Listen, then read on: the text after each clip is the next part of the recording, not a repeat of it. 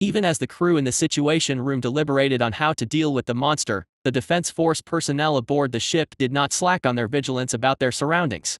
Soldier 13, like his comrades, remained on edge, prepared for any impending emergency. Suddenly, all lights inside the scout ship went out, and the noise in the previously bustling ship vanished in an instant. Huh? Startled, Soldier 13 raised his Gauss rifle and scanned the front. What's going on? Shortly after the emergency lights came on, the inside of the ship turned red. The revealed sight left him horrified. The crew members lay torn apart, their bodies sprawled on the cold metal floor, and grotesque creatures were devouring the corpses. Ugh, ah. Hey, what's wrong? As he screamed, someone placed a hand on his shoulder. Thinking it was a comrade, Soldier 13 turned around and froze in shock. A being resembling the monsters tearing the bodies apart was smiling at him. With black blood running down its eyes and a mouth resembling the torn monsters, it lunged at him with its teeth. No, no, no. Soldier 13 fired his Gauss rifle at the creature, causing it to collapse with a hole the size of a ping-pong ball in its abdomen. But then, the other monsters devouring the corpses shrieked and rushed towards him. Ich. Die. Die. Die. With each shot fired from his rifle, a monster fell. Perhaps realizing that a comrade had died, hordes of monsters poured in from another room. As Soldier 13 tried to aim at them, a metallic projectile pierced his head from somewhere. Only after his head was pierced did he realize who the creature he had killed was. Damn it. This crazy bastard. Hey. Snap out of it. Hold on a little longer. Medic. Headquarters. This is 1408. Soldier 13 has gone insane and fired at friendly forces. Before he could even regret his actions, Soldier 13's consciousness plunged into darkness. Success. Due to the soldier affected by the abyssal terror, 7 out of 20 people aboard the ship died. It's a downgraded version of the abyssal terror, but quite effective. The abyssal terror can be described as an underwater horror that targets individuals. Unlike the true abyssal terror, its effect of driving the target insane only activates probabilistically, yet it's still a potent trait. Especially effective in causing disruption amongst enemies like now. While the adversaries were unsure how to react, I sprinted through the passageways within the scout ship. Due to the soldier gone berserk because of the abyssal terror, firing wildly in the Situation Room, the Defense Force members were all gathered in that direction.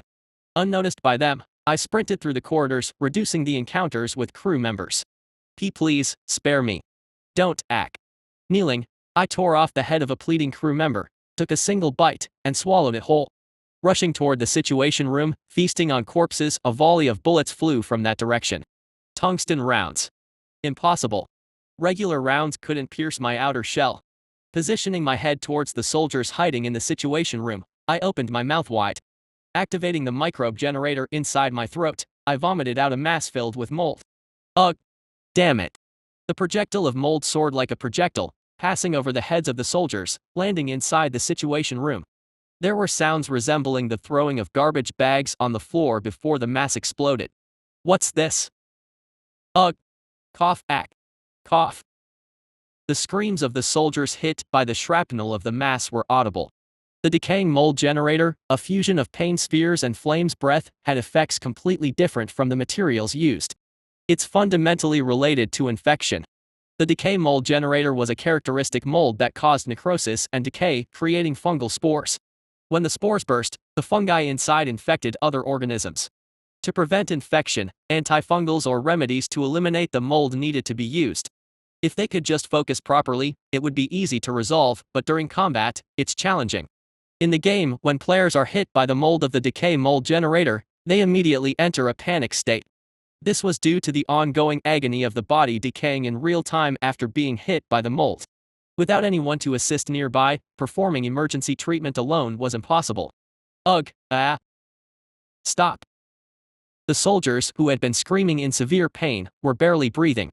Their faces were covered in pustules, their clothes soaked with sweat, blood, and pus. Some were already oozing black blood from their noses and mouths, perhaps having decayed internally. After confirming that the crew on the ship had been completely neutralized, I entered the Situation Room. I wish I could pilot it myself, but controlling a military vessel alone is impossible. Even if it were a small reconnaissance vessel, the models belonging to the military ship, including the scout ship, were beyond my capabilities to pilot. At best, I could enable autonomous navigation using AI. It's regrettable, but I'll have to make do with this. I set the direction towards the friendly scout ship indicated on the radar and commanded the AI to engage full speed ahead. The engines of the scout ship roared, and the situation room where I stood shook violently. As the scout ship surged fiercely towards its target, I retraced my steps. Crawling out to the outer hull of the scout ship, I saw one of the remaining two ships already plummeting towards the ground. There was no doubt that number 26 was disrupting the crew with the abyssal terror from the surface.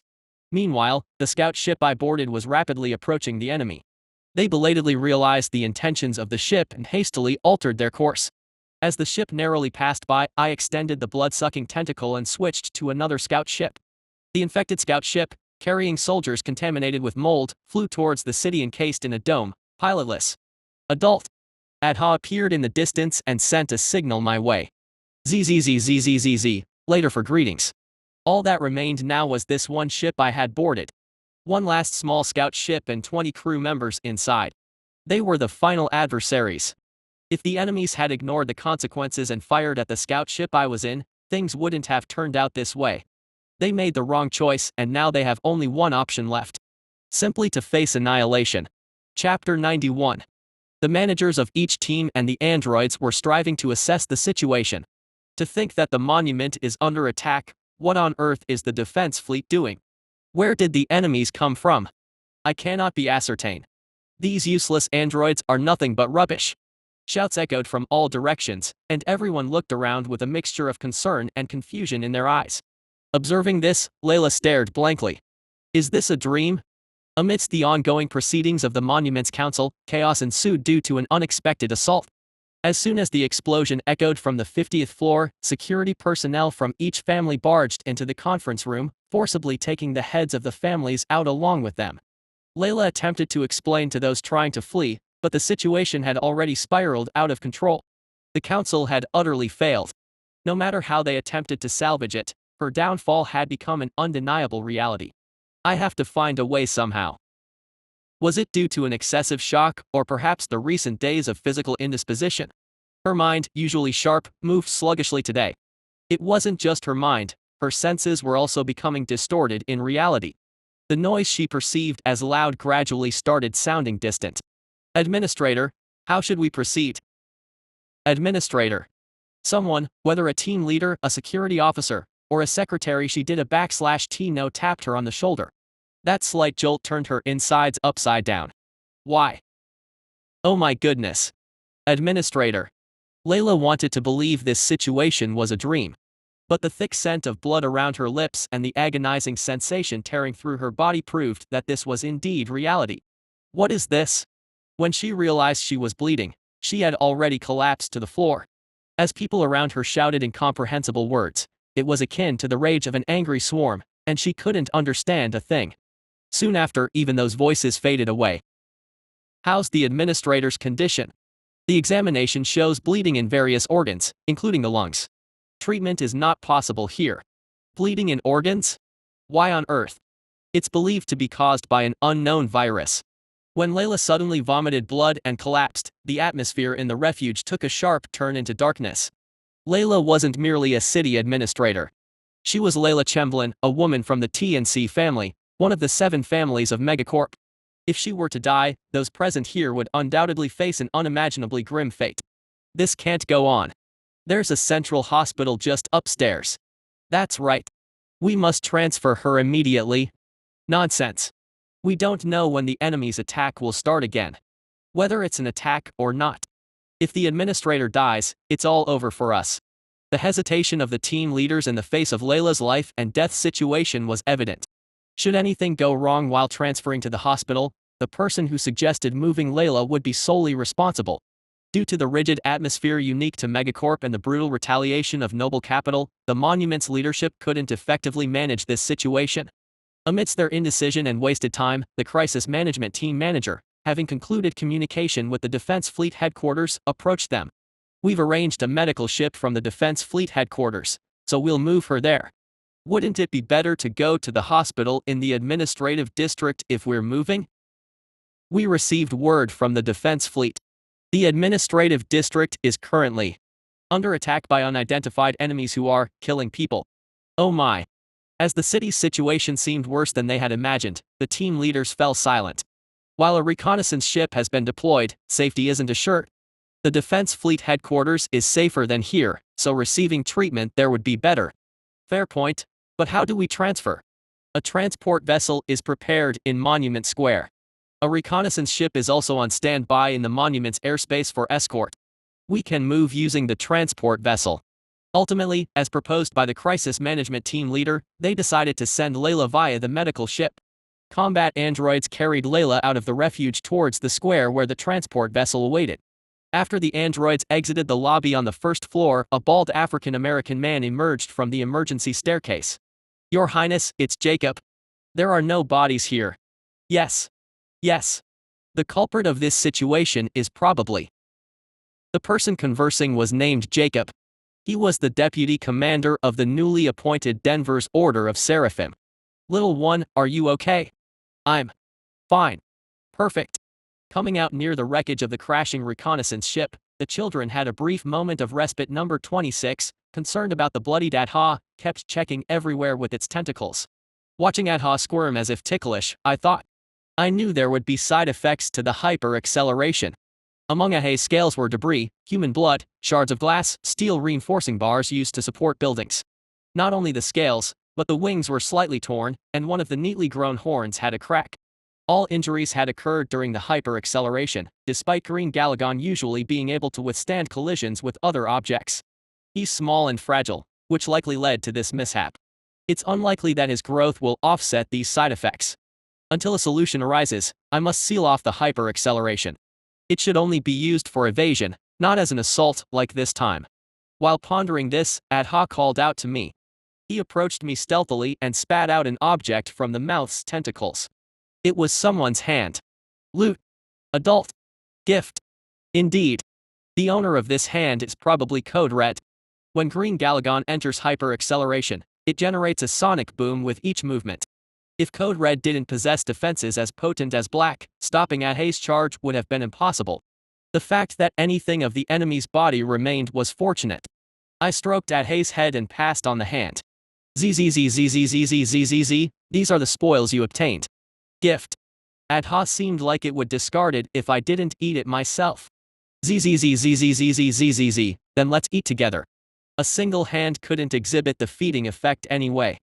It would be better for the injured Adha and number 26 to consume it. I nibbled on one finger and handed the rest to the children. Adha, after eyeing me, swiftly sucked up all the remaining blood in the hand, and number 26 dealt with the remaining debris. I pondered what to do next while looking at the children. The communication with 3 reconnaissance ships has been lost. They won't be complacent anymore. Battle in the Monument and Administrative District, coupled with the destruction of 3 reconnaissance ships. Now, the space city won't merely perceive us as unfamiliar intruders. Invasion. In the enemy's eyes, we are the invaders who attacked the Council. It was evident that military vessels would directly search for me from now on. Although we could defeat 3 reconnaissance ships by combining our strength, if dozens of them target us or a battleship intervenes, there's nothing I can do. Hiding in the city is no longer an option. They won't cease until they find me, the one who ruined the city. If we are discovered, it's over. When the defense fleet spots me, instead of deploying soldiers, they'll obliterate my hiding place entirely. If they're not fools, they've learned that it's challenging to capture me with ground forces alone. I have to leave this place. Although I haven't fulfilled all the conditions for evolution into a pseudospecies, it's inevitable. Survival is a priority over evolution. Nevertheless, amidst the misfortune, the situation has turned in my favor. In a way that benefits me. The enemies are currently in a complex situation. It'll be challenging for them to focus on me properly. The fact that they sent only a few small reconnaissance ships when the city's head is under attack signifies something. It indicates internal issues in the defense fleet that make it challenging to mobilize manpower. It's all thanks to the space bacteria I spread. However, there's not enough time. It's not just because the command neglected the disease due to the Council. I can't expect them to fix things now when the Council is already in disarray. If we develop vaccines and establish quarantine systems, the opportunity given by the cosmic bacteria will soon disappear. Since a convenient means of escape has arisen, I must utilize it. The city erupted into war while guests visited. So where will those guests go? They'll probably head out of the city. I raised my head and gazed into the city's airspace. Numerous transport vessels were flying towards the harbor zone. When they try to leave via the harbor zone, I'll sneak on board secretly. Normally, I would have been inspected while leaving because of the council, but in this situation, can they really do that? Especially against Megacorp's guest ships. We just need to hide well. After deciding what to do, I called the children. ZZZZZZZZZZZ, let's go. Where to? ZZZZZZZZZZ, where we came from. I don't understand. Number 26 immediately understood, but Adha tilted its head. Well, it entered through a different path, so it wouldn't know. Where we first met the big baby. I understand. While Adha nodded at number 26's simple explanation, I collected bodies from the surrounding ruins. It might be tough to obtain genetic essence due to severe damage. Considering many bodies were missing lower halves or only had limbs remaining, expecting a feeding effect seemed unreasonable. Still, they have some utility. The wounds from the fight with Black, like severed arms and tails, hadn't completely regenerated. To heal quickly, they needed to feed and replenish nutrients. Especially since the children are also injured. As I didn't know whom we might encounter at the harbor zone, it was essential to supplement nutrients intermittently on our way. I swallowed small parts, like just an arm or a leg, and picked up relatively less damaged bodies. Returning to the children, I handed over 2 corpses I had been holding. ZZZZZZZ, eat while we are moving. Okay. While I had unconsciously placed Adha on top of my head, number 26 extended its tentacles and skillfully caught the bodies I provided. Seeing Adha lying on number 26, wrapped in wings, it seemed natural. So this is what happened when I wasn't around. Having gathered food, we left the wreckage of the reconnaissance ship and headed back to the pit where number 26 had first emerged. While going to the surface was quicker, encountering a warship was more likely. It was safer to take a bit longer and go underground instead. Arriving at the pit, I used auxiliary equipment to check for any dangers inside. No issues. The only movement detected underground was the motion of scavengers. I descended first, followed by number 26 carrying Adha. By retracting its tentacles and fins into its body, number 26 transformed back to its balloon-like appearance from when we first met. As a result, it shrank enough to move within the sewer system. So that's how it moved with that bulk. Their current appearance made it seem as though Adha was riding on a pink rubber tube. Although quite comical, it was efficient, and I marveled inwardly. Subsequently, we entered the sewer and moved towards the direction of the harbor zone. As anticipated, there were no enemies in the sewers. While traveling, I asked number 26 and Adha how they had developed so much. To my surprise, the response was unexpected. ZZZZZZZZ, did you target corpses and newcomers? Yes. People who didn't smell of metal were weak prey, so I ate only them. The creatures didn't only consume the corpses of deceased laborers in the sewers. They also attacked and devoured newcomers, like vagrants. I can distinguish between soldiers and vagrants. Normally, individuals unnecessary for the city's operation, like vagrants, couldn't exist in this space city. However, this time was an exception due to people losing their jobs as the commercial district collapsed. Those who lived day by day, now unemployed, couldn't afford rent and were forced to hide in the sewers or the ruins of the commercial district. It appeared that number 26 and Adha primarily targeted such individuals. Quite impressive. Their method of targeting easy yet unsuspecting prey was the hunting technique I frequently used. While I believed Adha had grown considerably, perhaps the one I could call my apprentice was number 26. As we conversed and moved, we unintentionally drew closer to the harbor zone. While on the way, having consumed all the corpses, my body was almost fully recovered. We've arrived. After signaling the kids to wait briefly, I stood beneath a manhole close to the harbor district pier. Before opening the lid, I checked if there were any enemies outside. I focused my auxiliary sensors to observe the movements around. The bustling sound of footsteps on the ground, the distant hum of engines from moving ships, and nearby, the familiar smell of metal drifted into my auxiliary sensors. The familiar smell of metal. The moment I found it odd, my auxiliary sensors detected something new rapidly approaching this way. What was approaching wasn't a smell or a sound. Danger. As I hurriedly retreated, a green energy mass destroyed the manhole. The alloy lid vanished instantly, leaving a gaping hole in the nearby sewage ceiling. I knew you'd come here. You monster. A voice from above ground. Following the voice, energy blasts fired from a plasma bolter poured into the sewage where I had been. The Eden Knights. What awaited us in a remote part of the Harbor District was the prime capital of Mars, the Eden family. Chapter 92. When the monument was attacked by unidentified enemies, Denver Eden also evacuated with the dignitaries. Amidst the general dismay, he saw this as a golden opportunity. Even if the monster's corpse is looted now, nobody would know.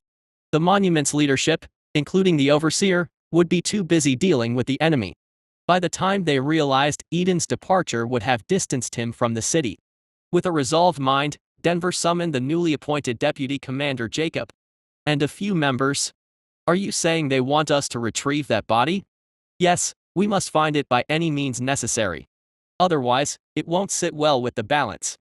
With the council now in shambles, the chances of Samdam Chemblin becoming the CEO is far-fetched. Consequently, Denver's stance supporting TNC within the family has become awkward. With him alone, the project's progress would increase several notches. If successful in developing the new Hulk mutant, there would be no more dependence on TNC that would solidify their position within the region. Thus, after leaving Jacob and the team behind, Denver stepped onto the transport ship. Arriving at the port zone, the docks were filled with ships preparing to set sail. Among those who came to greet the council were the Zhao family's spacecraft and several administrators from the administrative zone, trying to flee. Your Majesty, the elders have decided to leave first. I have matters to attend to, so go ahead. Soon after, the warship carrying the elders departed beyond the city's shielding gate. Denver sat in the commander's chamber awaiting news from Vice Commander Jacob. As he nearly finished the wine brought by his servant, the awaited communication arrived. Have you found it? There is nobody in the monument, sir.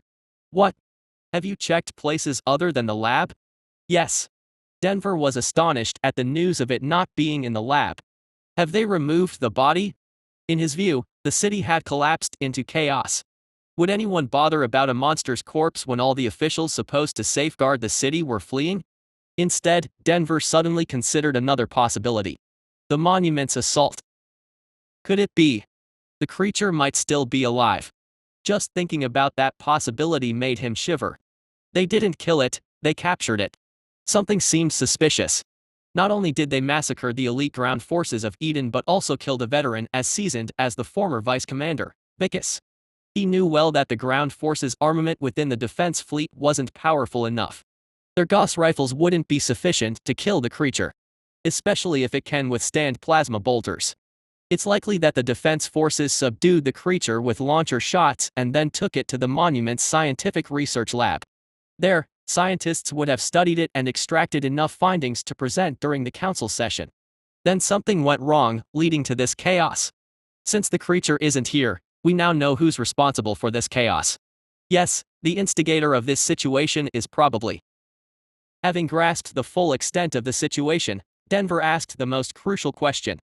Have you found any trace of the creature? Using the gene tracker, we confirmed the creature escaped the building. However, after that, any traces were eradicated, making it untraceable. Even though Jacob mentioned it was impossible to pinpoint the whereabouts, Denver wasn't particularly concerned. The fact that the creature had escaped the monument was evident. It could be a decoy. Continue tracking inside the building as far as possible. Understood? And immediately transmit the genetic data of the creature. Yes. After ending the communication, Denver called a subordinate. The deputy commander will soon send the genetic data. Insert it into the bioscanner to survey the city. Your Majesty, TNC will definitely protest if we do that. I don't care. Proceed immediately. The bioscanner is a device that, upon inputting genetic data, identifies the whereabouts of a specific organism within a certain range. To use it in another family's territory, permission is strictly regulated by the Megacorp law. Despite objections from the subordinate, Denver persisted. The monster in my hands would be TNC's regretful loss. If Eden gets hold of the creature, we'll be able to complete the new Hulk mutant development within a month. Then TNC will desperately plead us to sell it to them, unlike before. Soon after, the bioscanner, receiving genetic data sent by Jacob, began its operation. The results of scanning the entire city were displayed on a large holographic monitor placed in the command center. The target is approaching the port zone. As expected. Denver nodded his head. He had anticipated this. The creature possessed demonic intelligence, a terrifying monster that knew its own power and limitations well. It's likely it plans to escape aboard a spacecraft. Inform the knights on board. Prepare for combat. Rising from his seat, Denver commanded his subordinate. Allow everyone to equip assault packs. Assault packs, sir? Currently, there are a total of 50 knights remaining aboard the flagship. Granting all of them permission to use the high-value equipment, the assault packs left the subordinate astonished. The creature is no easy prey. This time, we won't capture it alive, be prepared with launchers. Understood, Your Majesty. And this time, have my reinforced armor prepared as well. Denver gazed at the signal of the creature moving on the monitor in the command center. The creature will be mine. He firmly believed in his victory, never doubting it. He had always felt this way until now. I hid within the sewage to evade the raining plasma shots. Upon a check with the auxiliary organ, the number of enemies targeting me increased dramatically in an instant. They were lying in an ambush. 50 detected enemies alone. Sensing a powerful electric surge on their body surface, they were all wearing superior-grade reinforced armor and assault packs. They must have been waiting far away, hidden from my detection, using the jetpack feature in the assault packs to swiftly approach. How did they know? It was unexpected that the Eden Knights were lying in an ambush. They must have thought I was already dead. Considering the current situation, I could roughly guess how they found out. For the past few days, the head of the dissection team presented my genetic data at the council. It's not hard to imagine how intrigued the Edens present there would have been. Contrary to the game's settings, the Eden family in reality seemed very interested in genetic manipulation. Monument's chaos provided them with an opportunity to steal my body. All the families in the megacorp were greedy by nature, and it's highly probable they saw this as their chance and acted on it. However, I had escaped from the Monument's research lab long ago. Hence, the lab was currently empty. Since my body had cleanly disappeared, they must have realized I was alive. Then perhaps they used the bioscanner next. Megacorp warships are equipped with bioscanners that detect biological signals. Inputting genetic data helps locate the position of the organism within a certain range. Normally, using a bioscanner in another family's territory is forbidden. However, the bioscanner can read real-time signals of individuals if it has genetic data, making it useful for espionage activities. Using such a tool in another family's territory openly implies monitoring their territory. Hence, the megacorp families have a pact not to use bioscanners in each other's territories. Eden violated this crucial rule. They seem to be in a rush on their side as well. After the council presentation, it seems they are hurrying out for some reason. Did you think I would let you slip away? Outside, the cries of someone presumed to be the commander echoed in. The voice was modulated by the reinforced armor, sounding mechanical, yet the obsession and madness within were unmistakable. He's no pushover. To engage 50 knights each equipped with assault packs, and engage in a pitched battle, a challenging situation indeed. The true potential of assault packs is realized in an open field. Last time, fighting in the narrow confines of the sewage meant the enemies couldn't fully showcase their skills, but not now. Without the symbol of hunt, my chances of winning are low. However, luring them into the sewers wasn't ideal either. Knights. Prepare the launchers. 5 knights responded to the commander's order, wielding plasma launchers and advancing. The knight commander seemed uninterested in capturing me alive. Given what they had faced in the sewers, this might be a prudent approach. If it were just me, it would be one thing, but number 26 and Adha are here too. While number 26 might fare better, Adha is still recovering from injuries. If I don't intend to abandon them, I must protect them. What to do? The terrain I'm in isn't favorable for fighting enemies. Even if I attempt an ambush, it's pointless unless they come in from the other side. Moreover, going outside is also problematic. The exit is restricted. The enemies have set up a defensive formation concentrating firepower around the wrecked manhole. The moment I step out, I'll be trapped. Even if I attempt to take a different route, I'll be caught by the bioscanner in the warship. There's only one way left. I might need to take a risk. ZZZZZZZZZZ, everyone back off. Big baby. I signaled number 26 and Adha to retreat before I lay flat on the ground, using my head carapace as a shield to minimize the target area. Submerged in the flowing water of the passage, I concentrated all my senses through the auxiliary systems and waited. What I was about to attempt, I've done a few times in the game. The issue is, even if it's me, it's not a 100% foolproof method. In a game, if I fail and die, I respawn. But this is reality. Even the slightest mistake is unforgivable. Enough of useless thoughts. Let's focus. A knight carrying a launcher jumps into the sewage. The ripples they created propagated through the surface and were transmitted to my auxiliary systems. One by one, they entered this area. The moment they entered, they prepared to attack. Launcher ready. Commence protective fire. Charging 10. 30%. While the launcher user activated it, others fired volters at me. Purified plasma energy poured onto my head carapace. Some parts of the thick carapace fell off upon being hit by plasma rounds, and my body was pushed back due to the impact. Pain mitigation activated. Focus. I planted combat arms into the sewage floor, anchoring myself in place. Charging 60. 80%. Wait. I sensed number 26's concern about me enduring the Volter shots. I didn't respond and maintained my focus. Charging 90%. Just as the energy of the plasma launcher reached its peak, the plates on my back moved. The plates within me connected in two branches, generating ripples extending through the sewer's passage. The target, the foremost knight. Specifically, not the knight's body but the armor he was wearing. The waves controlling advanced devices overlapped with the knight's reinforced suit. The armor, meant to protect the wearer, broke free from the owner's control and responded to my will. Although the suit's mechanisms were complex and difficult to fully control, I didn't require intricate movements at this moment. All I demanded was a simple move to turn the torso holding the gun backward. His body, aiming the launcher at me, swiftly turned backward. The launcher's muzzle now pointed towards the knight's comrades, not me. What? Another knight behind attempted to stop the launcher's fire directed at his comrade, but my unseen assault wasn't over yet. The dreadful gazer. The eye-like patterns on my head carapace emitted a ghastly glow, focusing on the foremost knight. Momentarily gripped by fear, the knight lowered his reaching hand and, just like the foremost knight, rotated his body. The direction of the launcher he held also shifted backward in sync with the owner's movement. Of the five, 2 knights, holding the launchers, aimed them not at me but in the opposite direction toward their comrades. Everyone back. Charging 100%. One knight from behind shouted upon witnessing this, but the launcher had already completed charging. Energy capable of toppling even a warship surged from the launchers held by the 2 knights who betrayed their comrades. The plasma beams fired by the foremost pair were aimed at the launchers held by their fellow knights. The moment the green energy touched the still charging launchers, a blinding flash covered my vision. A massive vibration, unlike anything I'd ever felt before, shook my body. Yet, amidst it, there wasn't a considerable pain.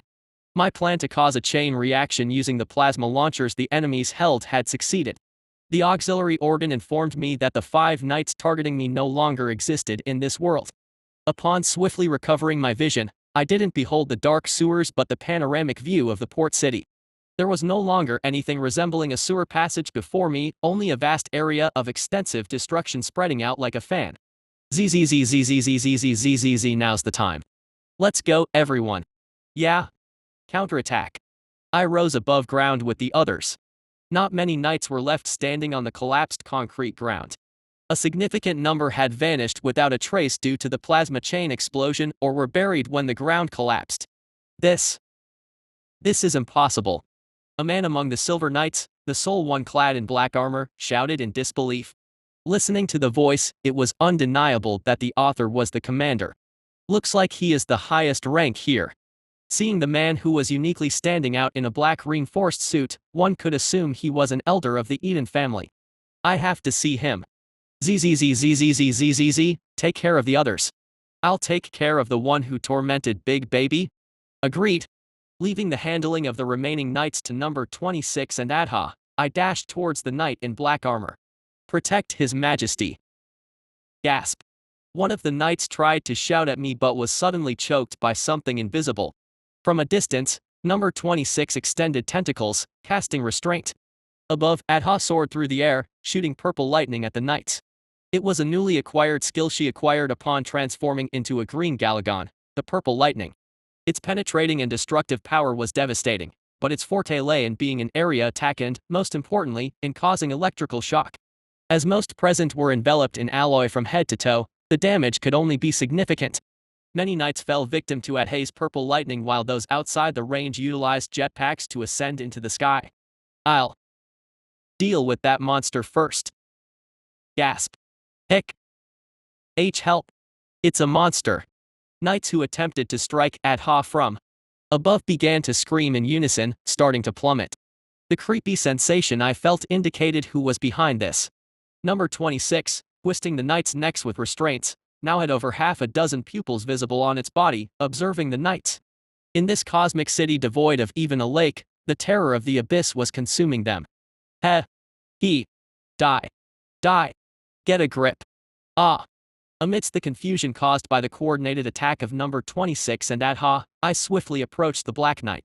Your Majesty. Requesting support from the flagship. We'll handle it here. 2 other knights stepped in to protect the Black Knight.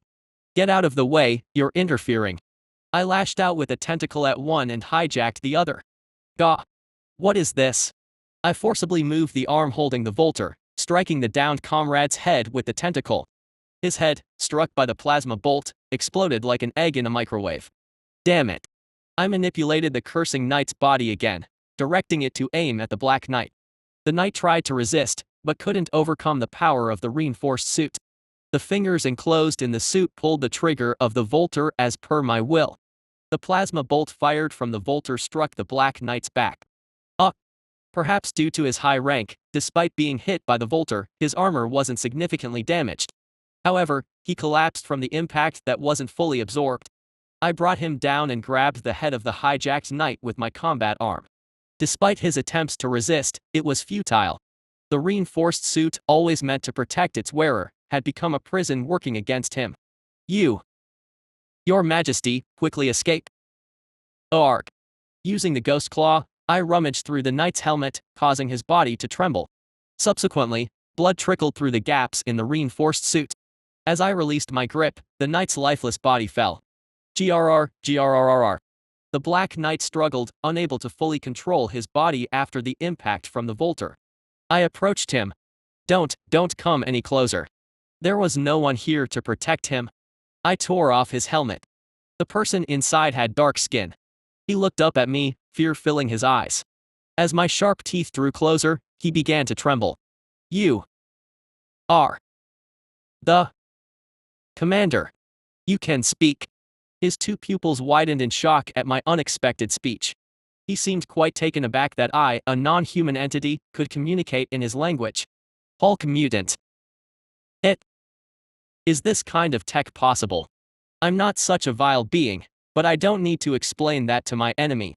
As I reveal this, he urgently shouted. Wait. I am Denver Eden. If you spare me. Definitely a different reaction due to his high status. There haven't been many who have tried to negotiate with me. After so many battles, he still doesn't seem to know much about me. After tearing off his pauldron with my combat arm, I sank my sharp teeth into his shoulder. Arg. The neurotoxin from my bite spread through his veins, entering his bloodstream. At the same time, Denver's blood flowed into my throat. Not needed. Due to the mimicry effect of my organic systems, a voice almost identical to his flowed out of my mouth, widening his pupils in surprise. Since he seemed unaware, I think I should enlighten him. An amorph doesn't negotiate. Chapter 93. I managed to subdue the commander, whose name was Denver. His surname was Eden, right? Despite the distinctive armor and bearing the surname Eden, this person's status didn't seem low. Shall I try an experiment? Just a moment ago, in order to immobilize Denver, I bit into his neck. Given that I've absorbed genetic information from his blood, I can mimic his voice. Although the mimicry organ is sealed, I can imitate his voice to some extent. After blocking Denver's powered suit, I took out the communication device from his waist. Calm. Here. Your Majesty. As I imitated Denver's voice through the small arm communication device on my chest, the knights all stopped in their tracks. His Majesty has been captured. Damn monster. Through the communication device, I could hear the knights exploding in anger. Even though they were speaking as if they would devour me, None of them dared to rush towards me recklessly. Oh! While holding Denver captive, I called out to the kids. As numbers 26 and Adha approached me, the knights seemed uneasy. Their reactions confirmed something to me. This individual, Denver Eden, held quite a high position. Come to think of it, he did try to negotiate with me. Perhaps he holds a significant position even within his family. No, perhaps. Could he be the patriarch? It seems too easy to have captured him, but considering their hypersensitive reactions, it seemed likely that he was indeed the patriarch. If Denver is the patriarch, my range of choices expands significantly. Shall I stir things up a bit more here? Even if we achieve victory against the knights in combat, escaping the city covertly is almost impossible now that we've been exposed. Despite winning battles, we are still at a disadvantage in this war. If they give up on my body and initiate artillery fire, both I and the kids will die here. Additionally, even if we somehow manage to escape and hide on a spaceship, if the warship pursues us, it's all over. But that was the situation before I captured Denver. Now that it's confirmed he's a valuable hostage, it seems alright to take the adventure a step further. Is that monstrous fellow holding His Majesty hostage right now? I heard he's intelligent, but I didn't expect him to be at this level. Since His Majesty is being held hostage, let's not act rashly. Through the communication device, snippets of conversations among the knights could be heard. Of course, they are unaware that I understand human speech. Come to think of it, that's how Denver reacted. The moment he saw me, he deemed me as a Hulk mutant. It's not entirely an incorrect judgment, as they still don't know about amorphs. While fighting, it's likely he already knew that my body contains genetic material from various creatures. Thus, assuming I'm similar to a creature like the Hulk mutant would be a natural deduction.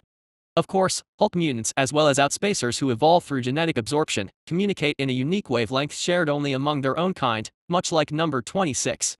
Normally, Hulk mutants aren't as articulate as I am. That's also a story confined to games. Have you not encountered a Hulk mutant who effortlessly engaged in piracy, not just in words but also in actions?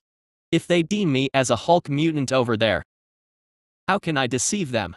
By design, a Hulk mutant requires advanced genetic manipulation technology to fuse genes without side effects. Naturally, this necessitates extensive capital and state-of-the-art equipment in laboratories dedicated to gene fusion.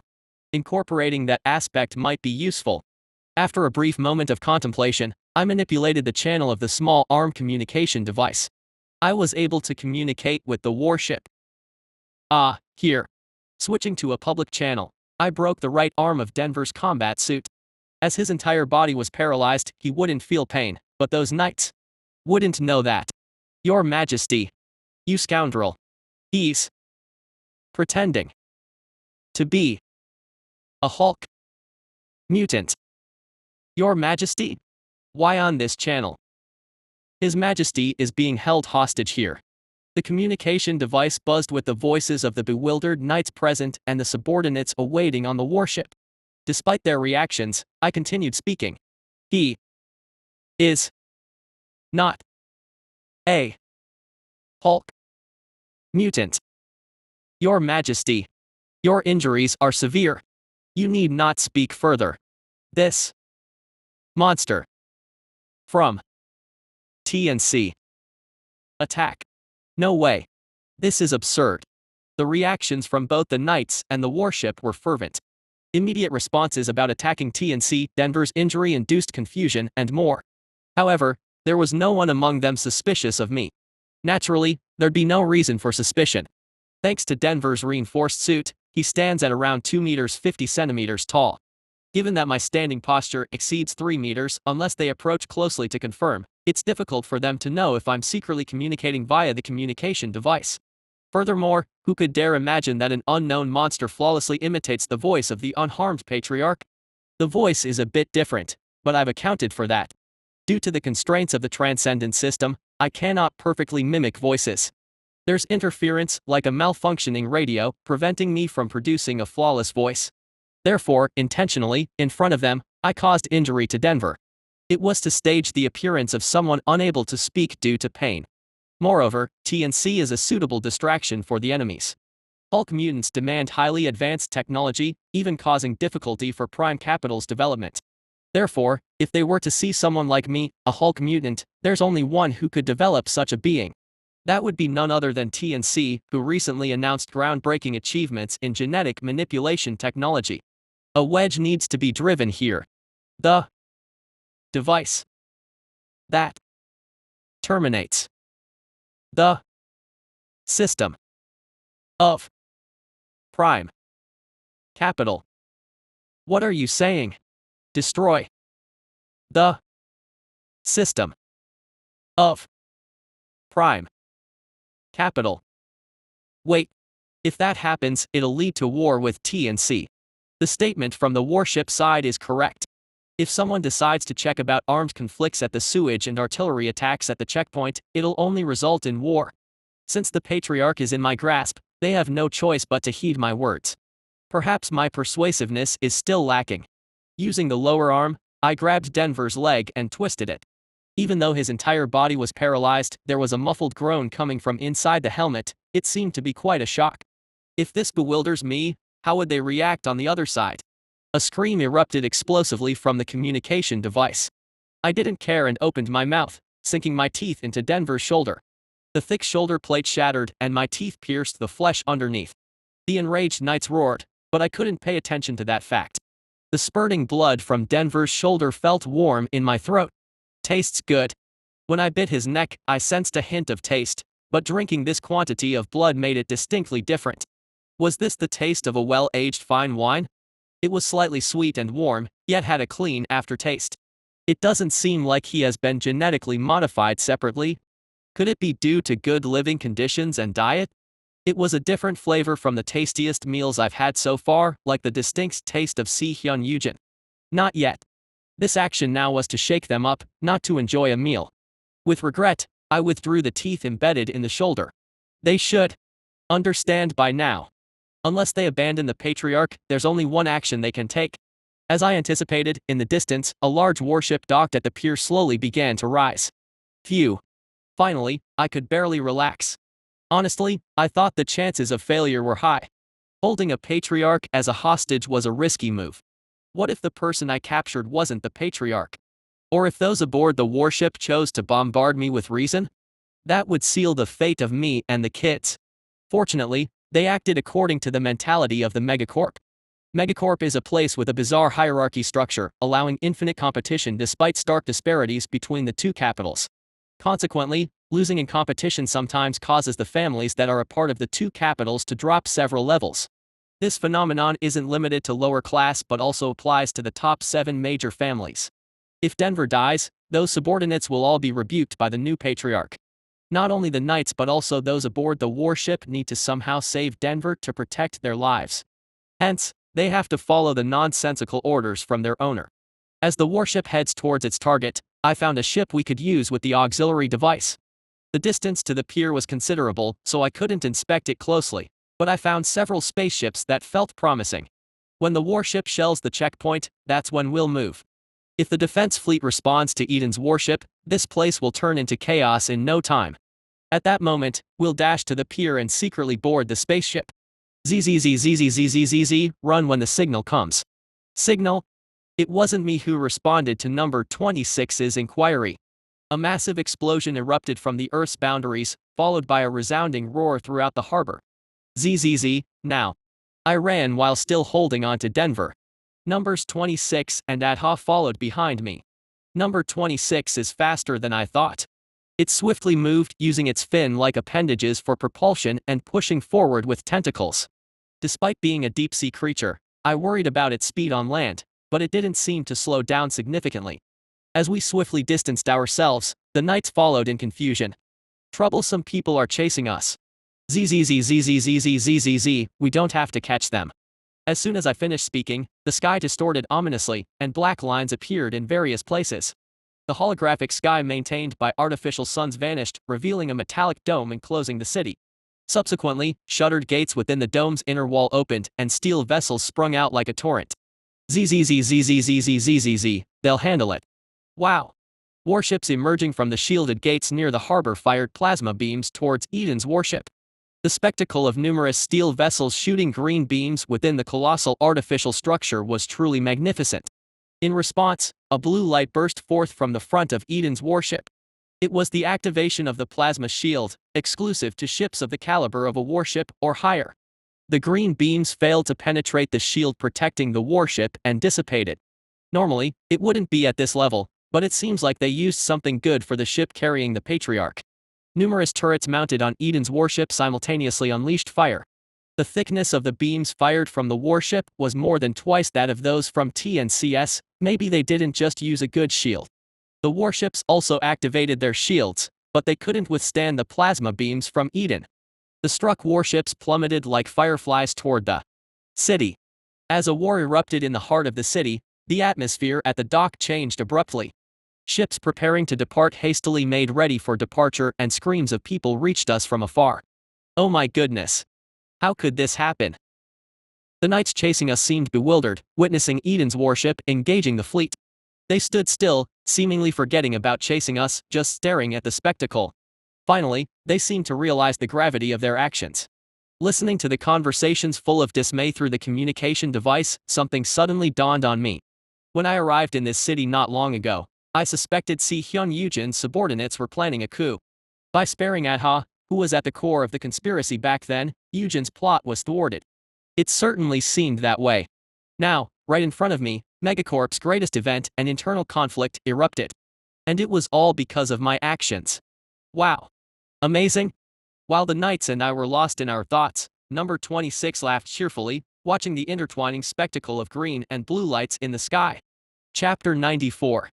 How did this happen? Si-hyun, who had set up a bomb in the nuclear reactor, murmured as she watched the artillery battle unfold above the city. There was no one present to answer her question. No one had anticipated that a war would break out in this space metropolis city. I found it odd that there were no reinforcements coming to the reactor. Before coming here, Si-hyun obtained a makeshift map created before the completion of the T&C Special Trade Center in the Shadow Market. The map, made by the construction workers, showed temporary pathways used by laborers during the city's construction. However, even if they were workers, few had reason to visit the nuclear reactor, so those secret passages weren't connected to the reactor directly. Instead, they were connected to some parts of the underground tunnel that led to the reactor. Her plan was to infiltrate by piercing through a metallic wall close to the underground tunnels of the nuclear reactor. And so, as planned, Si-hyun and her associates safely accessed the underground route leading to the reactor via the secret passages. Everything had gone according to Si-hyun's expectations until this point. However, things started unfolding differently after reaching the reactor than what she had envisaged. Normally, if there were issues with the nuclear reactor's defense forces, additional support should have come. Si-hyun had prepared for them, but the reinforcements she anticipated did not arrive until the bomb installation was completed. Now I understand why they didn't come. To be precise, it wasn't that they didn't come, they couldn't come. Thanks to this, the terrorist plan using the bomb could be easily executed, but another problem arose. Akira might escape before the bomb detonates. Regardless of others, Akira Yujin had to be eliminated. If she missed this opportunity, she wouldn't know when she could get rid of him. Akira Yujin? Upon checking, Yujin's flagship is still here. Long before the terrorist plan was devised, Si-hyun had planted a tracking device on Akira's flagship while performing cover operations. This was to know his whereabouts instantly, no matter where he moved. Why hasn't he left? Remembering the memories implanted in her mind about Akira, he was a very cautious individual. If there were looming troubles in the city, he would have left long ago, regardless of his dignity as the CEO of Megacorp or anything else. For reasons unknown, Akira Yujin was behaving differently from her memories. He hadn't left and was still in this city. That meant there was still an opportunity for her. Escape first. I have things to do. Are you sure, miss? Akira Yujin must be eliminated from this place. Miss, we'll come with you. At Minseok's words, Si-hyun nodded. Only I can face Code Black. You'll be killed if you come with me and I won't allow that, so hand over the detector to me. Miss. Minseok gazed at her with a strange look as she vowed to eliminate Akira at the risk of her life. In Minseok's eyes, rather than joy, an emotion closer to suspicion swiftly flashed by. However, it was a fleeting moment, and his expression soon changed to one of admiration. Miss, I wish you luck. Having received the detector from him, Si-hyun dashed toward where Akira was. Once I take care of him, next will be Min-seok seemed unaware, but Si-hyun knew he didn't dislike her. The original Si-hyun Yujin had placed some sort of control over her clone, and the fact that Min-seok held those reins. Someday, without fail. Her eyes grew cold. They bore no resemblance to Si-hyun Yujin's. The corrupted city was being purified by fire. In mythology, gods sometimes unleash the fire of judgment upon humans. However, here, the fire created by human hands was destroying everything. Indeed, Eden's speciality is their warships. Up till now, due to frequent clashes with the Knightly Order, it might be easy to assume their strength lay in ground forces. But the reality was different.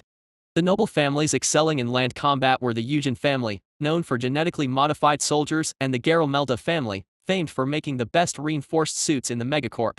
However, Eden's expertise primarily lay in ship development. Even in the game, Eden's knights were close to special forces. In reality, Eden's warship overwhelmed multiple T&C battleships alone. It wasn't just superior cannons and shields, their size was larger, with excellent maneuverability. This gave them the upper hand despite having far fewer ships than T&C. Reminds me of the old days. As an individual mature, they gain numerous traits and types, making them powerful enough to fight and win against fleets. In my case, due to facing many enemies, I had to battle fleets since my early stages. But I'm still too weak for that. It's reckless at this stage to engage in those battles. I need to evolve more to face multiple battleships. Think about that later. Neither family seems to have the capacity to pay attention to us. So, we should take advantage of this opening and escape. ZZZZZZZZ, everyone, run. With Denver slung over my shoulder, I crouched halfway and ran. Using all three of my combat arms and legs to sprint, number 26 and Adha followed closely. He's escaping. The knights, who had been staring blankly at the fleet battle, finally regained their senses and started chasing us again. While running to evade the knights, container stacks scattered around caught my eye. It was the container yard of the port district where I once fought against Si-hyun's underlings. The difference now was the numerous ships leaving through the shield doors on the dome's inner wall. We're nearing the docks. I signaled 26 amidst the run. ZZZZZZZZZ, knock it down. Okay. Several tentacles shot up from number 26's body, aiming toward the containers. Violet strands extended from the ends, latching onto the containers. As the knights continued to run after us and exerted more force, the stacked containers began cascading down. Damn it. Take cover. All activate jetpacks. Curses and screams of the knights chasing us from behind echoed. Most knights, equipped with assault packs, flew skyward to avoid the falling containers. However, a few slow reactors were crushed under the falling containers. While we delayed the knights' pursuit, a small reconnaissance ship circling the port district spotted us. A reconnaissance ship is approaching. Everyone, be cautious. The knights' voices were heard through the comms. They seemed to have noticed the reconnaissance ship coming our way. The fast-approaching reconnaissance ship initiated an attack on us. Their targets were us and the knights chasing us. 4 gunports on both sides of the rectangular ship simultaneously spewed flames. Amidst our sprint through the containers, plasma rounds rained down from above. With each plasma round landing, nearby containers skyrocketed into the sky due to the explosions. Number 26, with a relatively larger target area, was almost hit by the plasma rounds. However, Adha's use of purple lightning every time deflected the bullets in mid-air, preventing significant damage. We'll be in trouble at this rate. Split up. Half, deal with the reconnaissance ship. Bothered by the reconnaissance ship, some of the knights pursuing us halted their pursuit and engaged the new threat. Firing bolts while airborne, knights breached the reconnaissance ship's exterior. Eventually, one succeeded in destroying one of the ship's turrets. After losing one turret, the reconnaissance ship turned its attention away from chasing us, instead actively defending against the airborne knights. With 3 turrets remaining, it relentlessly fired green energy rounds at the knights. It's working out for us. Thanks to the intervention of the reconnaissance ship, the number of knights pursuing us halved. Now, we just need to deal with them. I'd love to take them all down and devour them, but time doesn't permit such indulgence. As we're also the target of the defense fleet, if we fight the knights and a battleship is summoned, it will become extremely dangerous for us. I need to drop them off at a suitable place. While fleeing, I focused on my auxiliary organ. A thin tendril at my chin diligently began scanning the vicinity for anything useful. Luckily, there was a large warehouse nearby where containers were stacked. That should do.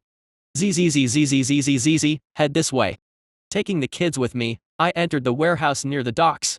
Inside were numerous containers stacked and cranes set up for logistics transport were visible throughout. Great. Plenty of obstacles here. This place would suffice to mislead the enemies. ZZZZZZZZZZZZZZZZZZ, everyone, head to the opposite side. What about the big one? ZZZZZZZZZZZZZ, I have something to do. Having sent the kids ahead, I quickly started working from behind the containers. The knights seemed hesitant to enter the large building where we had hidden. I must deactivate the reinforced suit now. Originally, in the game, reinforced suits were considered player equipment and couldn't be removed. But this was reality. Unless it was an artifact-level gear transcending physical laws, a mechanically reinforced suit could be removed using physical strength. I tore off the exoskeleton armor protecting Denver's body with my combat arms. The gauntlets protecting the arms and legs weren't critical, so I dismantled them roughly. Just need to be careful with the power source and helmet. Activating my ghost claws, I carefully slid my fingers into the chest gauntlet of the reinforced suit. Avoiding the internal wires and mechanisms, I meticulously cut through the joints that secured the armor. As I did so, the chest gauntlet cleanly separated, much like removing the shell of a crab's back. I pulled Denver's body out from the detached armor. He was clad in a lightweight full-body suit of thin material. Finally removing the helmet, I saw his eyes darting around. He seemed worried about what dreadful deed I'd do next. No need to worry, he'll soon find out. Now, with the smaller arms, I skillfully connected the power source and helmet of the efficient smaller arm gauntlets. Thanks to the transcendental senses inherent to a morph, coupled with my hijacking capabilities, understanding mechanical devices came easily. As power flowed into the gauntlet's power sources, a red light illuminated the visor on the helmet. Carefully holding the chest gauntlet with the power source and the helmet, I concealed them inside a nearby container. Denver, finally realizing my intentions, trembled uncontrollably. There's a signal chip in the reinforced suit's helmet. When I first caught Denver, the signal chip I had turned off reactivated. Whether knights or warships, they'd have to focus on the signal from Denver's armor. As soon as I finished my work, a voice echoed near the warehouse entrance. Contact from the warship. The commander's camera has been activated. Without further hesitation, the knights rushed in. It was a close call. They'd surely rummage through the warehouse to find the armor themselves. Escaping with only the communication device from the broken gauntlet, I sneaked out through the opposite exit. Ugh! Denver struggled to communicate with his subordinates, but it was futile. To rid himself of the neurotoxin still in his system, he'd have to wait longer. Exiting the warehouse, the kids hiding in a container welcomed me. ZZZZZZ, let's go. Most of the ships I initially deemed safe via the auxiliary organ had left the city. There were only a few remaining, at best. We need to hurry. Carrying Denver bare-handed, I moved with the kids toward the dock of the pier. Occasional snippets of the knights' conversations came through the communication device, but they seemed unable to locate the signal unit in the helmet. They still assumed I held Denver, unaware that the helmet might be stored separately in a container. Just beyond this container, there was a boat waiting for us beyond the containers. Lastly, I used the auxiliary organ to check the boat's status once more. It seemed they were hurriedly loading items. Nothing particularly alarming to worry about. As I was about to pass by the container, my auxiliary organ alarm went off with a loud zing. Unknown danger lurks on the other side. Targeting me. Suddenly, my predator sense kicked in. What was that? I quickly stepped back behind the container. While scenes flashed through like scanning through a fast-forwarded film, there was an odd noise overlaying them, almost like a mosaic, making it impossible to discern the exact danger. ZZZ, stop. Why? What's wrong? I called the kids. Something unusual seemed near the container, close to the boat. My predator sense had shown urgent threats up close before, but it had never presented such ambiguous images like just now. That statement falls into one of two possibilities: either the opponent possesses a means to deceive the predator sense, or they are an enigmatic force beyond even the predator sense's grasp. Either way, it's not an easy opponent. The deliberation was brief. ZZZZZZZZZZZ, let's take a different path. I abandoned the idea of heading toward that boat. Regardless of the enemy's nature, engaging in a fight here would mean missing out on all the boats. There's still one boat left, though it is different from the one I initially chose, but it'll do the work. Smaller than The boat I'd picked, but not necessarily a bad choice either. I retraced our path with the kids and ran down a different route. While running, I kept checking behind, half expecting a mysterious creature to be tailing us, but there was no one following us. It was an opponent that even the auxiliary organ could discover. Fortunately, the dangerous monster didn't pursue us. Chapter 95. In the Earth Central Security Team, Samuel Hijacking, who served as the head of the armed police team, barely managed to board the escape ship. The space city had turned into a complete sea of flames, and security in each region had deteriorated, but he considered it irrelevant to himself. "I'm just a public servant. What do they expect me to do?" he muttered. He contacted Monument, the superior organization, to figure out what to do.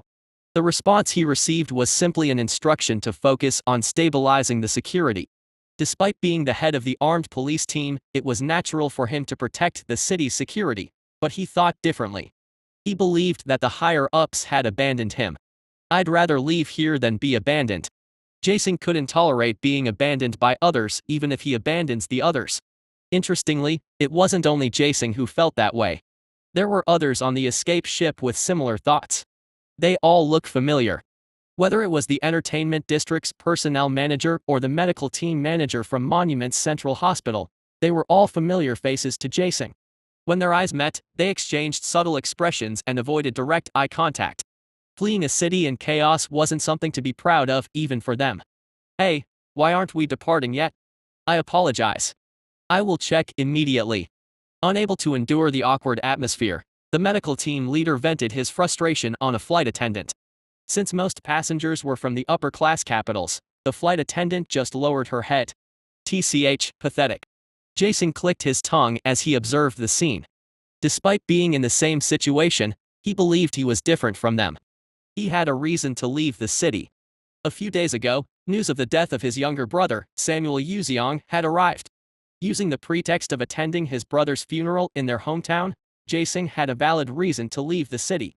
The useless guy is helpful at times like this. As a descendant of the Samuel family, a third capital on the satellite Titan, Hijacking didn't have a good relationship with Hijacking. It was natural as they were competing for the family's succession. But that was a secret known only within the family. No one in the T&C Special Trade Center knew how he felt about his brother. Now that he's dead, the family inheritance will be mine. Feeling a sense of relief, Hijacking closed his eyes. "The passengers are asking why we haven't departed yet. We are departing now. The announcement will be made shortly." "Understood." "Oh, it says the cargo bay is open. Please just check that for me." "Sure." The female flight attendant who emerged from the cockpit headed towards the cargo bay. The cargo bay was filled with valuable items brought by the passengers and small containers destined for transfer to other locations. A partially closed door could be seen behind the loaded cargo. She operated the terminal next to the door, closing it completely. As the red light on the terminal turned green, the announcement soon followed. "Thank you to our customers for using T&C affiliated trade airline." Even during takeoff, designed as an escape ship for VIPs, there was almost no noticeable shaking inside. "Huh?" Upon hearing someone's voice for a moment, she turned her head. When she looked around, all she could see were containers and cargo that remained motionless in place. "Did I hear wrong?" Without feeling anything unusual, the flight attendant left the cargo bay. "Deputy Chief Jacob. What's going on here?" "Well, Jacob, who arrived late at the warehouse in the harbor zone due to wearing reinforced armor, asked the knights how the situation was unfolding. "Commander is being held hostage?" "Yes. So we are searching this place." "Found it." At the sound of a distant voice, Jacob and his team entered the warehouse. However, what they found was not Denver but the wreckage of damaged reinforced armor. When you see no traces of blood, it means the commander is still alive. "Then we need to find him immediately." Quiet. At Jacob's firm words, the members closed their mouths. He stared at the wreckage of the reinforced armor with cold eyes. Jacob, a veteran among the knights, was confident that there must be clues hidden in the chaotic debris. Carefully examining the traces of the armor, he quickly noticed something suspicious. He cut the reinforced armor precisely. He's highly knowledgeable about machinery. Moreover, the communication device was missing. What did this fact imply? Jacob couldn't help but conjure up a horrifying and ominous scenario. Hand over the communication device connected to the public channel. Here it is. Taking the communication device from one of the members, he pressed the button. The voice of his master flowed from the connected communication device. He has captured me and gone to G. Ha. Ro. Come to me. Although it sounded strangely distorted, it was undoubtedly Denver's voice. However, as soon as Jacob heard that voice, a chill ran down his spine. The ominous prediction he had made was becoming a reality. Commander. Did he mention a Hulk mutant created by TNC? He has captured me and gone to G. Ha. Ro. Come to me. The commander informed me. TNC plans to develop a Hulk mutant based on him. As Jacob continued speaking, the members felt their muscles tense. They understood the deputy commander's intention in conveying this information. In other words, it means he is not a monster created by TNC. Vice Commander, are you sure the one receiving the transmission is truly the commander? ZZZZZZZZZ. There was no answer from the communication device to Jacob's question. It only filled the silent warehouse with static noise. Just as Jacob thought there was nothing more to hear and was about to turn off the communication device, a sound came through. He has died. That. Who?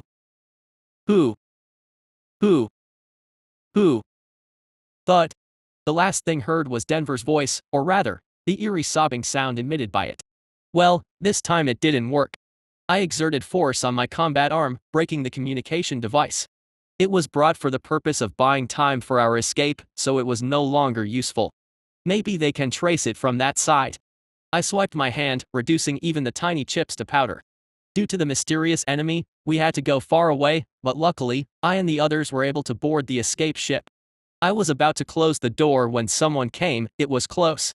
The crew members of this ship were all destined to become our nourishment, but consuming them had to wait until we were far from the city.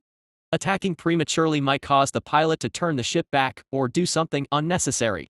Me and the kids hid behind the containers, while the flight attendant, oblivious to everything, simply closed the door and left the cargo bay. In the middle of it, Denver struggled in vain to convey something to her, but it was futile wriggling. That's how we could leave TNC Special Trade Center, a culmination of human-made advanced technology. Beyond the small window in the cargo bay, a huge domed space city in the shape of a hemisphere covered with a metallic shell came into view. Until receiving the night's communication, the space city, which had initially seemed enormous, had now diminished to the point where its overall shape was visible. Been here for a while. Originally, I planned to fulfill all the evolutionary conditions in that city, but in the end, I couldn't achieve it. 3 types were still needed for evolution, and the cult and wolf hunting conditions were also unfulfilled. Though I have no regrets. After this. As I was looking at the view of the space city from inside the window, the city suddenly shook violently. From the central part of the alloy plate serving as the city's foundation, a black dust cloud erupted with an explosion. The black dust cloud shot into space, but midway, it seemed to have some consciousness as it started clinging to the city. As a result, holes several hundred meters thick appeared all over the alloy plate, and things within the city were ejected into outer space. That's a gremlin torpedo. But why is its range so wide? As the name suggests, a gremlin torpedo is a missile containing nanomachines that eat away at metal. It is a weapon created by Star Union, mainly used to strike enemy capital ships. For a moment, it seemed like a threat mentioned by the Predator's senses at the pier, but probably not. It seemed like an explosion from the city's reactor. If we were a bit late, it could have been a big problem. Various things were escaping through the gaps in the city that the gremlin torpedo had eaten. If we were delayed in our escape, we could have been thrown into the darkness of space. Perhaps it's for the best. I don't know who committed the terror, but I left many traces in that city. If the city becomes a tomb, the traces I left will naturally be erased. I continued to watch the crumbling space city. Even though they couldn't be seen or heard from here, countless humans were sinking endlessly into the bottomless abyss. Perhaps it's the fitting end for the city of sin. For them, the only consolation might be that those who abandon the city will also experience a terror beyond mortal comprehension. After the distance became so far that the city was almost invisible, I finally looked away from the window. I couldn't see Eden's warship. Whether it was swept away by the gremlin torpedo or escaped in the opposite direction from us, it couldn't be determined at the moment. If Eden's warship isn't chasing us. I looked down at the paralyzed Denver. He is no longer needed. If they turn on a bioscanner using the Gaia gene over there, it'll become troublesome. I opened my mouth to devour Denver, but I felt a gaze from behind my head. Turning around, I saw number 26 and Adha looking at me. Come to think of it, both of them performed excellently until we left the city. I praised them with words, but I never gave them any gifts. Let's consider it an investment for the future. Through this incident, I confirmed that both number 26 and Adha have high potential. The stronger they become, the more they contribute to my survival. Who knows what crises lie ahead? If they weren't with me during the battle with Code Black, it would have been difficult to win. Besides, I also encountered an unknown enemy before leaving. Until I evolve enough and acquire powerful traits, I need them to assist me. Well, personal intimacy is also something to consider. Even in my human days, I had no friends, whether in reality or in games. Relationships with family were difficult to describe. And that's why I, too, couldn't deny that I had developed an attachment to the two. Anyway, for the future investment and personal emotions, I decided to compromise this time. ZZZZZ, eat this. Big baby, you are not eating. Adult. Meal. Together. ZZZZZZZZ, I'm fine. If the big baby isn't eating, I won't eat either. Agreed. Despite offering them delicious food with all my heart, they refused. Even when sharing Code Red's hand to eat, they suggested that they would share it with me, and it seems they have the same idea this time. Well, I guess I have no choice. ZZZZZZZZZZZZ, then let's eat together. Yeah. Me. Happy. After reaching an agreement, we looked at the paralyzed Denver together. Denver, who probably anticipated what we were going to do next, sent a pleading look as if to say, "Please don't do this." Due to paralysis, we couldn't understand what he was saying, but it probably wasn't anything important. Denver might know what we are about to do next. The only thing he can offer right now is fresh meat.